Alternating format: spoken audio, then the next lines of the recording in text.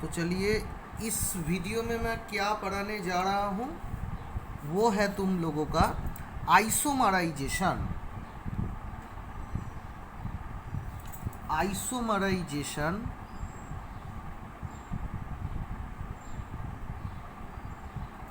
इन coordination compound. Okay, तो isomerisation in coordination compound में इस लेक्चर में पूरा डिस्कस होगा। तो पहले देखो, पहले आइसोमर क्या होता है। आइसोमर क्या होता है? अगर दो और मोर, दो या दो से ज़्यादा कंपाउंड्स का मॉलिक्यूलर फॉर्मूला सेम है। क्या बोल रहा हूँ मैं? दो और दो से ज़्यादा कंपाउंड्स का मॉलिक्यूलर फॉर्मूला सेम है, पर वो जो कंपाउंड्स है मॉलिक्यूलर फॉर्मूला सेम होने का बावजूद फिजिकल और केमिकल प्रॉपर्टी उन लोगों का डिफरेंट है। क्यों डिफरेंट है? Due to different arrangement of the constituents atoms. मतलब वो जो कॉम्प्लेक्स जो एटम्स के साथ रेडी हो रहा है, मतलब उस कॉम्प्लेक्स के अंदर जो एटम्स रहता है उस एटम्स का अरेंजमेंट अलग अलग है। तो इसीलिए क्या होता है, तो मॉलिक्यूलर फॉर्मूला सेम होने का बावजूद फिजिकल और केमिकल प्रॉपर्टीज अलग होता है। तो ये सब कंपाउंड्स को बोलते हैं, क्या बोलते हैं? आइसोमर्स। एंड ये जो फिनोमेना है इसको हम बोलते हैं आइसोमरिज्म। तो मैं फिर से एक बार बोल देता हूँ, जब दो और दो से ज़्यादा कंपाउंड्स है एंड उस कंपाउंड का मॉलिक्यूलर फॉर्मूला, सभी कंपाउंड्स जो मैं बोल रहा हूँ सभी कंपाउंड्स का मॉलिक्यूलर फॉर्मूला सेम है, बट पर क्या है, वो जो कॉम्प्लेक्स, जितना कॉम्प्लेक्स मैं बता रहा हूँ, हर एक जो कॉम्प्लेक्स, जो कंपोनेंट्स मतलब कॉन्स्टिट्यूएंट्स, मतलब जो एटम्स के साथ मिक्सचर होके वो जो फॉर्म कर रहा है, मतलब उस कॉम्प्लेक्स के अंदर जो एटम्स है उसका अरेंजमेंट डिफरेंट है इन डिफरेंट कॉम्प्लेक्स के अंदर। इसीलिए क्या होता है, फिजिकल और केमिकल प्रॉपर्टीज अलग अलग हो जाता है। ठीक है ना? तो इसीलिए तो वो जो कॉम्प्लेक्स कंपाउंड, दो या दो से ज़्यादा, ये जो कॉम्प्लेक्स कंपाउंड बोल रहा हूँ उसको बोलते हैं आइसोमर। एंड जो फिनोमेना है इसको हम बोलते हैं आइसोमरिज्म। तो कोऑर्डिनेशन जो कंपाउंड्स होता है वो mainly two types of isomerism दिखाता है। क्या क्या?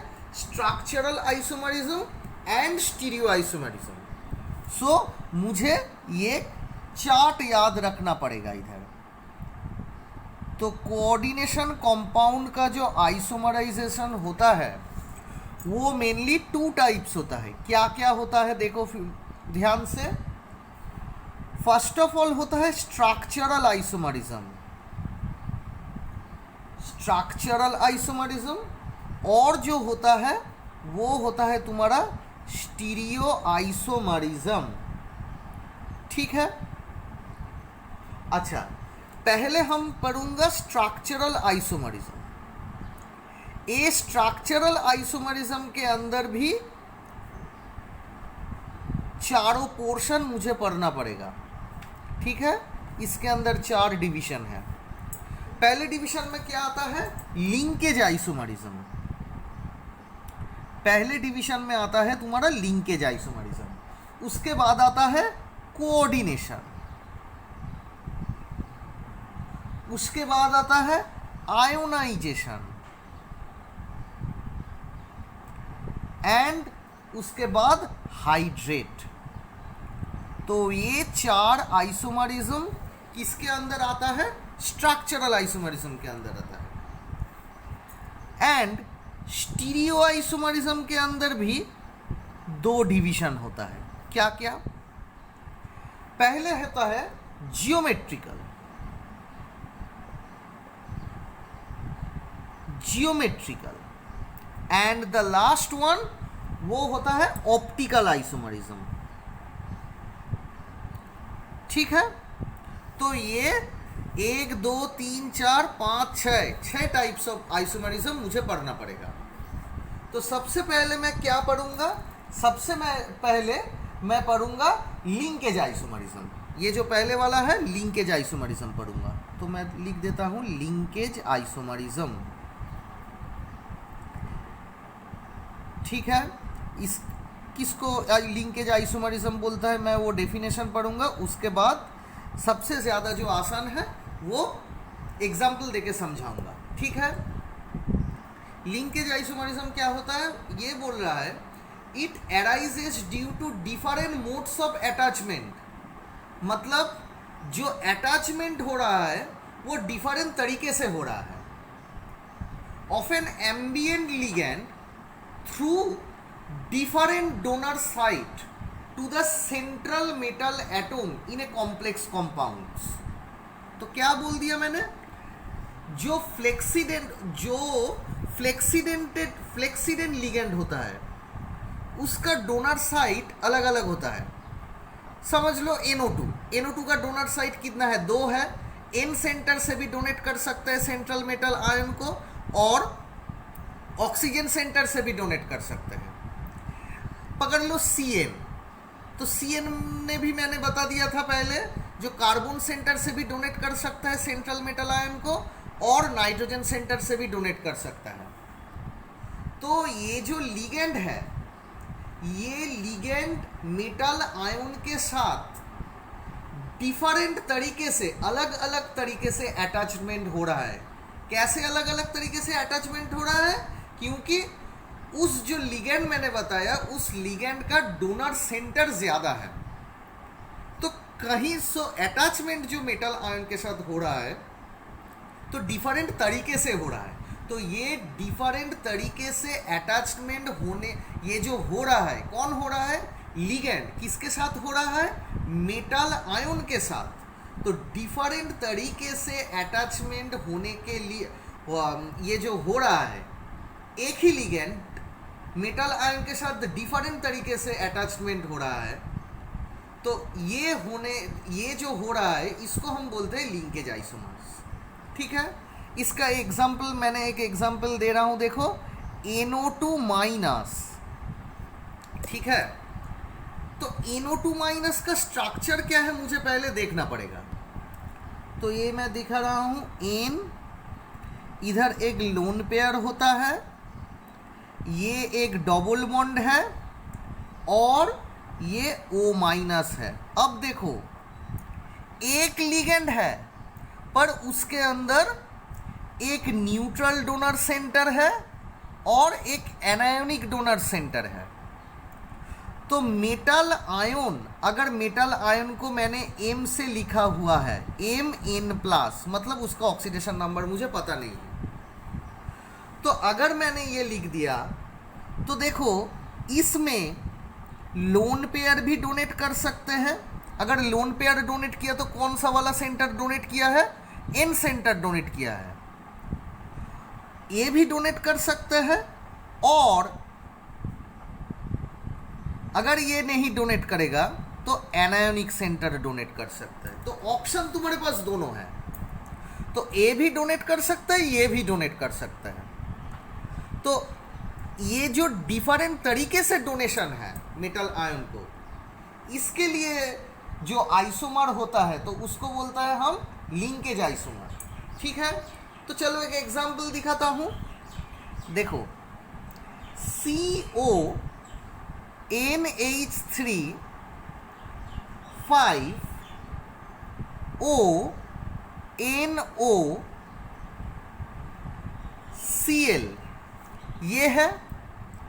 इसका क्या नाम है? पहले देखो, ये तो Cl माइनस होगा, तो ये टोटल कैटायोनिक कॉम्प्लेक्स क्या होगा? +1। Cl अगर -1 है तो ये जो टोटल कैटायोनिक कॉम्प्लेक्स है वो हो जाएगा तुम्हारा +1। ठीक है, इसका कोई चार्ज नहीं है। NO2 क्या है? NO2 है -1। तो अगर NO2 -1 हो गया तो देखो पर इधर Cl2 है, तो इसको अगर मैं तोड़ के लिख रहा हूँ तो क्या होता, CO NH3 whole 5 O NO 2 plus और ये आ गया तुम्हारा 2Cl माइनस। ठीक है, तो NO2 का चार्ज क्या है, -1, इसका कोई चार्ज नहीं है, तो ये क्या हो गया तुम्हारा X। ये क्या है, ये कुछ भी चार्ज नहीं है इसका, और ये क्या है -1 इज इक्वल टू +2, मतलब x का मैग्नीट्यूड क्या आ गया तुम्हारा, x का मैग्नीट्यूड आ गया तुम्हारा +3। ठीक है ना, तो ये देखो इसका ऑक्सीडेशन नंबर क्या है 3।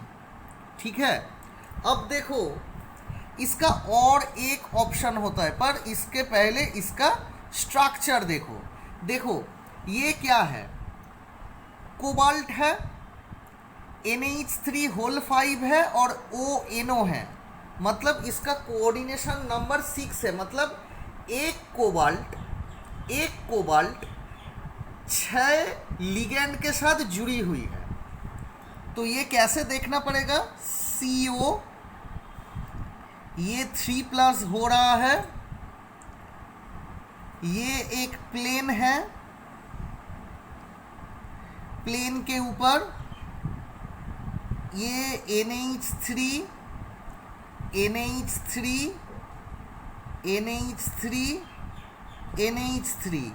चारों तरफ से NH3 है, तो उसका जो लोन पेयर है वो लोन पेयर सेंट्रल CO3+ को डोनेट कर रहा है,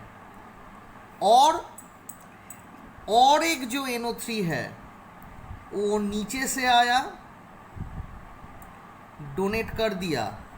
और क्या है, और जो NO2 है इसको कैसे लिख रहा है, इधर देखो ONO, मतलब ये जो NO2 है, NO2 के अंदर जो O- है वो O- डोनेट कर रहा है, तो वो तुम्हारा आ गया N डबल बॉन्ड O, ऐसे डोनेट कर रहा है, मतलब ऑक्सीजन सेंटर डोनेट कर रहा है। ठीक है, तो इसका क्या नाम है, तुम इसको लिख सकते हो क्या, पेंटाएमीन, उसके बाद नाइट्रिटो, तो पेंटाएमीन नाइट्रिटो कोबाल्ट। ठीक है, पर इधर डोनेट कौन कर रहा है, ऑक्सीजन सेंटर। इसको तुम दूसरे तरफ से भी लिख सकते हो, CO NH3 whole 5 NO2 Cl2। अगर तुमने ऐसे लिखा तो इसका मतलब है नाइट्रोजन सेंटर से डोनेट कर रहा है, नाइट्रोजन का जो लोन पेयर है वो डोनेट कर रहा है। तो उसको मैं कैसे दिखा सकता हूँ, ये देखो स्ट्रक्चर CO3+, यहाँ से आया NH3 लोन पेयर, यहाँ से आया H3N लोन पेयर, यहाँ से लोन पेयर आ गया तुम्हारा H3N, यहाँ से आ गया लोन पेयर NH3। ठीक है, देन तुम ये कर दो, उसके बाद नीचे से आ गया तुम्हारा NH3, और ऊपर से क्या आ गया, जो नाइट्रोजन का लोन पेयर है वो डोनेट कर रहा है। ठीक है, इधर एक डबल बॉन्ड O और O- इधर है। ठीक है, तो ये जो नाइट्रोजन का लोन पेयर है ये डोनेट कर रहा है, तो ये दोनों लिंकेज आइसोमरिज्म का एग्जाम्पल है, एंड ये दोनों लिंकेज आइसोमर है, ये और ये। तो इस दोनों का नाम एक ही है, पर जो NO2 लिगेंड है वो अलग अलग तरीके से डोनेट कर रहा है सेंट्रल मेटल आयन का। ये भी है पेंटाएमीन नाइट्रिटो, तुम एक हाइफेन O दे के कोबाल्ट लिख सकते हो, एंड इसको पेंटाएमीन नाइट्रिटो एक N-N देके कोबाल्ट लिख सकते हो, पर ये दोनों अपने आप, ये जो मैंने बताया ये और ये पेंटाएमीन नाइट्रिटो एक छोटा हाइफेन देके N उसके बाद एक छोटा हाइफेन देके कोबाल्ट, तो ये और ये दोनों लिंकेज आइसोमर है। स्ट्रक्चर देख के ही तुम्हें पता चल गया। इसका और एक एग्जाम्पल है, क्या दिखा रहा हूं देखो, इसका और एक एग्जाम्पल देख लो। क्रोमियम H2O होल 5 SCN, ठीक है, ये एक है। और क्या है, Cr H2O होल 5 NCS, ये एक है, ठीक है। तो SCN और NCS इसका चार्ज कितना है, -1। तो अगर मैं SCN और NCS इसका स्ट्रक्चर देखूं तो क्या होगा, SC ट्रिपल बॉन्ड N, इसका होता है लोन पेयर एंड इधर होता है नेगेटिव चार्ज, ठीक है, इधर होता है तुम्हारा नेगेटिव चार्ज, ठीक है। अब देखो ये नेगेटिव चार्ज भी डोनेट कर सकते हैं, ये नेगेटिव चार्ज भी डोनेट कर सकते हैं, और इसका जो लोन पेयर है ये भी डोनेट कर सकते हैं, ठीक है। तो इसका नाम क्या होगा, पहले इसका ऑक्सीडेशन नंबर बताओ क्या है। इसका मुझे पता नहीं है, दोनों का एक ही होगा, इसका मुझे पता नहीं है, X। वाटर है उसका कोई चार्ज नहीं है, 0। SCN क्या है, -1 इज इक्वल टू क्या है, +2, ठीक है। तो X तुम्हारा क्या आ गया, +3, तो ऑक्सीडेशन नंबर क्या हो गया तुम्हारा, 3, ठीक है। अब इसका नाम बताना पड़ेगा, ये क्या है, पेंटाएक्वा, पेंटाएक्वा। देन अगर ये आया तो तुम क्या लिखना, तो तुम लिख सकते हो थायोसायानेटो। और अगर N सेंटर से क्रोमियम को डोनेट किया तो तुम क्या लिख सकते हो, आइसोथायोसायानेटो। तो ये क्या है, ये है तुम्हारा पेंटा एक्वा SCN। SCN का मतलब क्या है, थायोसायानेटो, थायोसायानेटो क्रोमियम, उसके बाद रोमान में 3 लिखो, और इसको क्या तुम लिख सकते हो, इसको तुम लिख सकते हो पेंटा एक्वा NCS, मतलब आइसोथायो सायानेटो क्रोमियम 3, ठीक है। तो देखो दोनों का नाम में थोड़ा डिफरेंस है। अगर S सेंटर से मेटल आयन को डोनेट किया तो वो हो जाएगा तुम्हारा थायोसायानेटो। अगर N सेंटर से जो लोन पेयर है, N सेंटर में जो लोन पेयर है वो अगर क्रोमियम को डोनेट किया तो वो हो गया तुम्हारा आइसोथायोसायानेटो।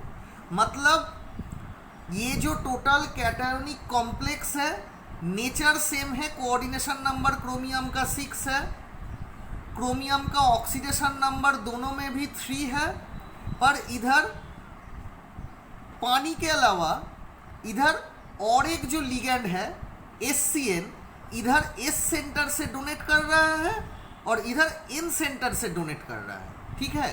तो ये तुम्हारा आ गया लिंकेज आइसोमरिज्म।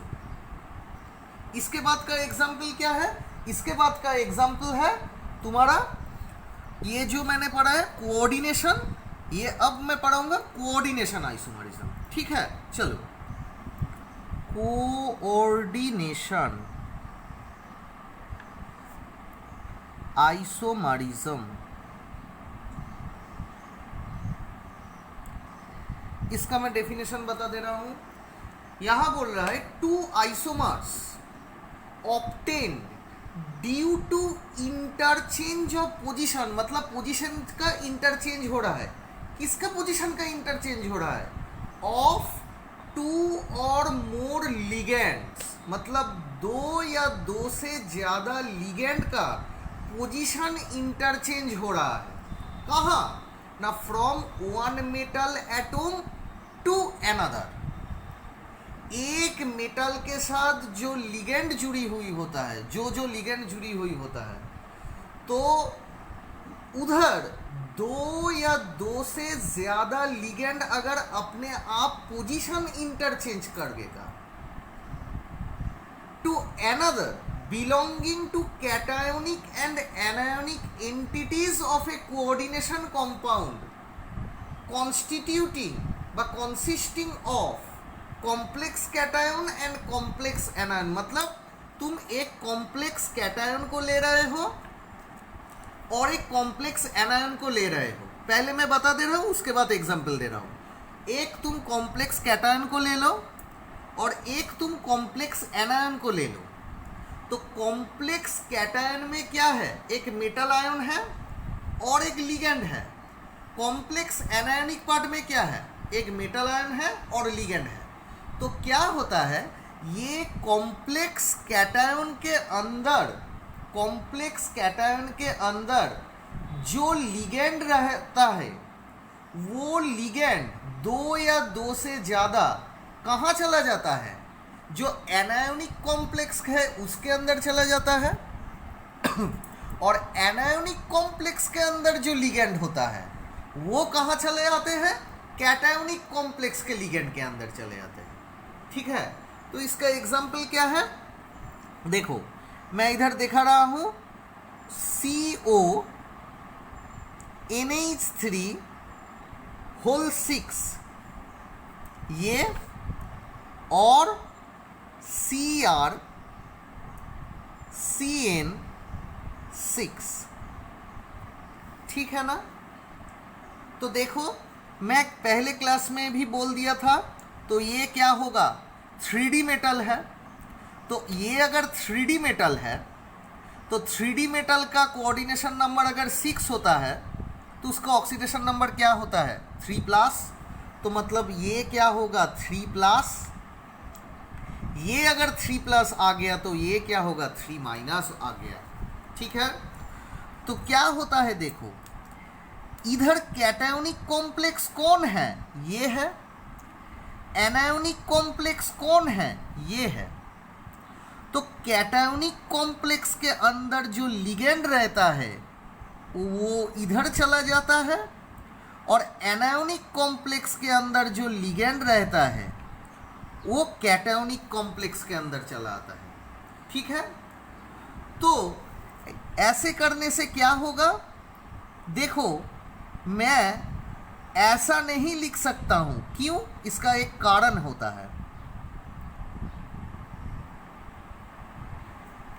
मैं ऐसा नहीं लिख सकता हूं CrNH3 होल 6। क्यों मैं ऐसा क्यों नहीं लिख सकता हूं? देखो, अगर ये इधर चला है तो क्रोमियम का तो ऑक्सीजन, अब देखो ये न्यूट्रल पार्ट है, न्यूट्रल लिगेंड ये वाला है। तो क्रोमियम का 3+ अगर है तो ये टोटल भी 3+ है। तो ये अगर 3+ है तो ये क्या हो गया? 3- हो गया। क्यों हो गया? क्योंकि कोबाल्ट 3D मेटल है, उसका कोऑर्डिनेशन नंबर 6 है, तो इसीलिए उसका ऑक्सीडेशन नंबर क्या आएगा? 3+ आएगा। तो वो 3+ और 6 लिगेंड के साथ जुड़ी हुई है, तो मतलब वो हो गया तुम्हारा 3-। पर अकॉर्डिंग टू आयुपैक रूल तुम क्या लिख सकते हो? पहले तुमको कैटायोनिक कॉम्प्लेक्स लिखना पड़ेगा, उसके बाद तुम्हें एनायोनिक कॉम्प्लेक्स लिखना पड़ेगा। तो देखो, पहले मैंने क्या लिख दिया, इसको ही थोड़ा कैटायोनिक कॉम्प्लेक्स मुझे पहले लिखना पड़ेगा। तो क्या हो गया? CrNH3 6 3+ and CO CN6 3-। ठीक है, लिख दिया तुमने।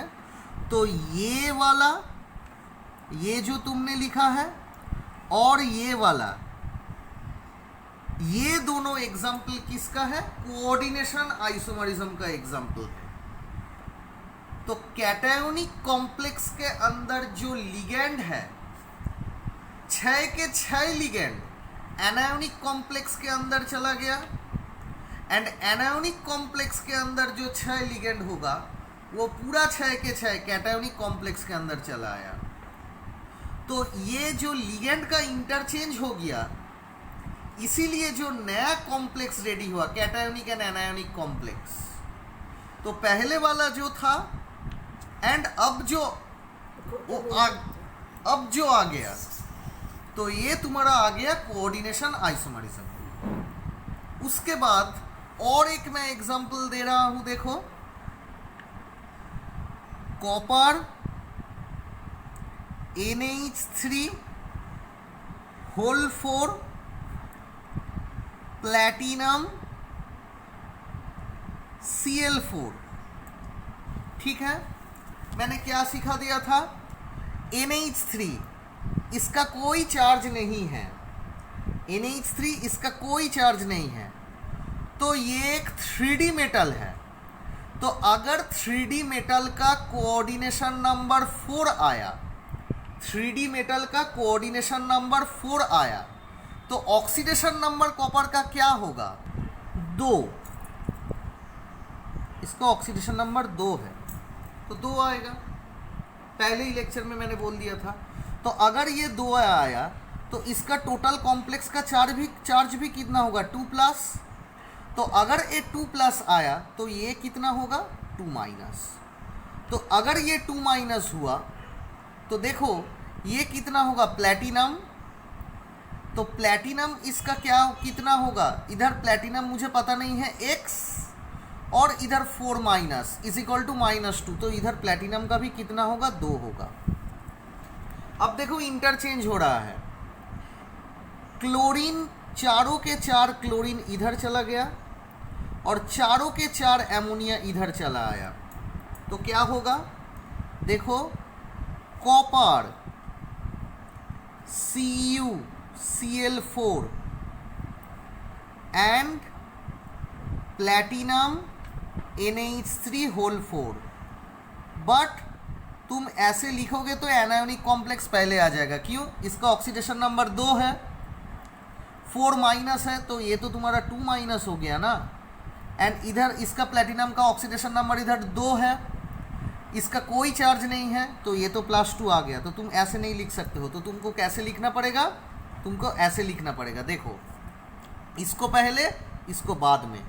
तो प्लैटिनम NH3 होल 4, उसके बाद CuCl4।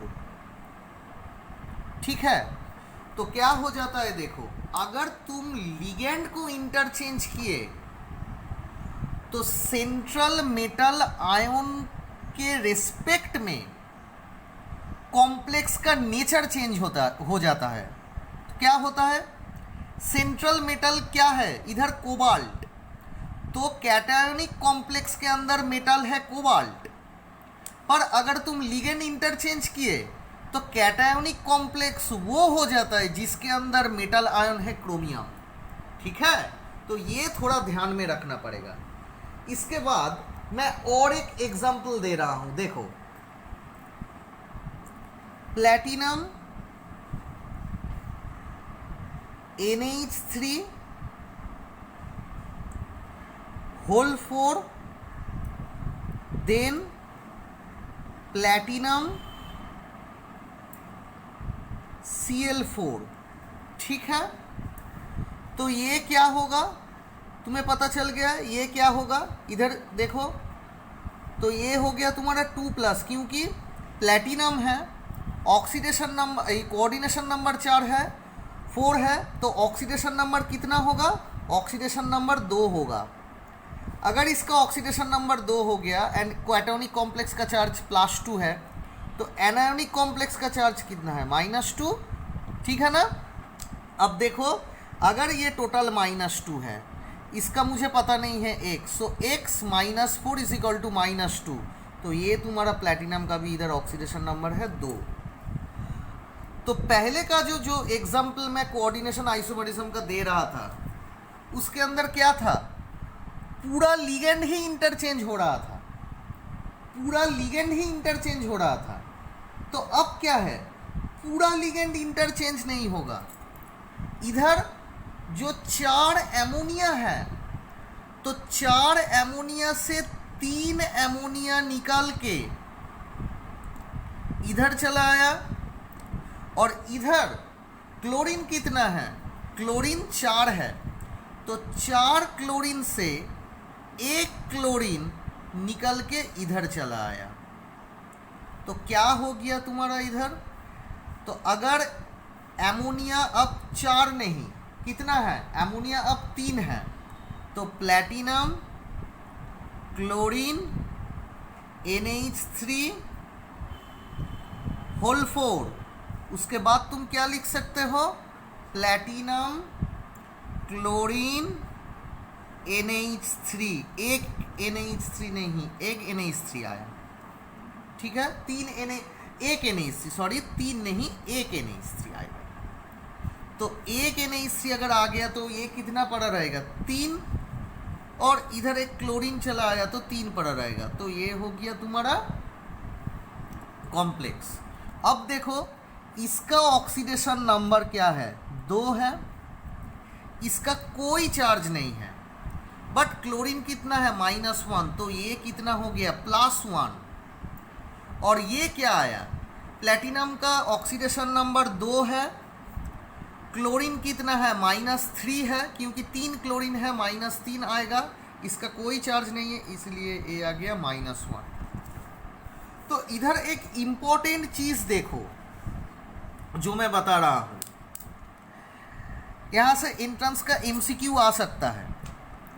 तुमने अगर पूरा लिगेंड इंटरचेंज किया तो with respect to metal the nature of the sign of the complex changes, मतलब nature of the complex changes क्या हो गया तुम्हारा, तुम पूरा लिगेंड इंटरचेंज किए तो कैटायोनिक कॉम्प्लेक्स के अंदर मेटल क्या था, कोबाल्ट था, एनायोनिक के अंदर क्या था, क्रोमियम था।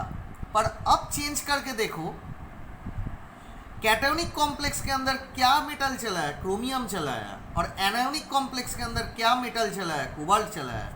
ये भी सिमिलर टाइप एग्जांपल है। पर इधर देखो, अगर तुमने सब चेंज नहीं किया, अगर तुमने सब चेंज नहीं किया, देखो तुमने पूरा चेंज नहीं किया, एक इधर से एमोनिया इधर लेके गया है और एक इधर से क्लोरीन इधर लेके गया है। तो अगर तुमने टोटल इंटरचेंज नहीं किया तो जो प्लैटिनम ज़्यादा एमोनिया के साथ कैटायोनिक कॉम्प्लेक्स रहा था, वही प्लैटिनम ज़्यादा एमीन को लेकर, मतलब NH3 को लेकर कैटायोनिक कॉम्प्लेक्स ही रह जाएगा। ओके, और इधर देखो, टोटल एमोनिया इधर नहीं शिफ्ट किया, एक एमोनिया शिफ्ट किया और एक क्लोरीन को शिफ्ट किया, मतलब ज़्यादा क्लोरीन को लेके जो प्लैटिनम एनायोनिक कॉम्प्लेक्स के अंदर रहा था, वही प्लैटिनम रह जाएगा ज़्यादा क्लोरीन को लेकर एनायोनिक कॉम्प्लेक्स के अंदर। ठीक है, तो इस वीडियो में मैंने क्या बताया, कितना आइसोमरिज्म होता है, कितना टाइप्स ऑफ आइसोमरिज्म होता है, एंड उसके अंदर जो स्ट्रक्चरल आइसोमरिज्म होता है, देन उसका जो 4 डिवीजन है, linkage isomerism and coordination isomerism, मैंने वो इधर पढ़ाया। इसके बाद मैंने इधर क्या डिस्कस करूंगा, दूसरा जो वीडियो आएगा उसमें मैं पढ़ाऊंगा ionisation isomerism as well as hydrate isomerism. Okay.